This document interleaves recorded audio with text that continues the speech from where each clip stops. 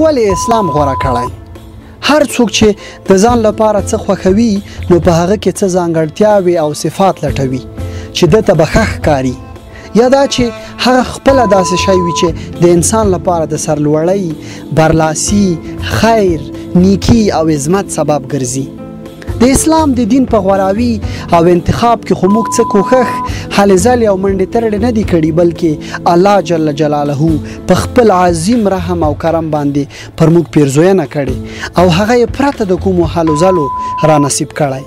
کوم دین چې په نړۍ کې د امن، سولې، ډاډ، عدل، انصاف، ورورولۍ، برابرۍ، زړه سواندۍ، رحم، صله رحمۍ، میلمه پالنې، امانت، صداقت، په ژمنې وفا، د نورو په غم غمجن کېدل، د بل لپاره خیر غوښتل او د نورو ښو غوره کارونو درس او سبق ورکوي. هغه دین چې په مرګ او قبر دواړو کې د انسان د کامیابۍ او ډاډ زیری ورکوي.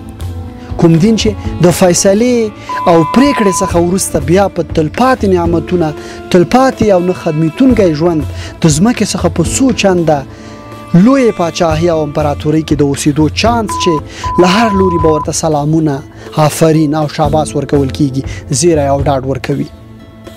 آیا داسې دین او داسې لاره چې دومره غوراوالی، ګټه، فایده او ښه راتلونکې ولري د منلو، قبلولو، عملي کولو او نافذولو وړ نه ده؟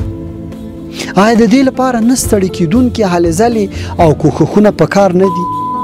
هغه دین او تګلارې چې دومره زیاتې ګټې او امتیازات ولري، آیا له هغه پرته بل داسې دین او تګلاره شته چې د خپلولو، منلو او قبلولو وړ وي؟ نه، هیڅکله نه. دا لیکنه خبیب خالد کړې ده.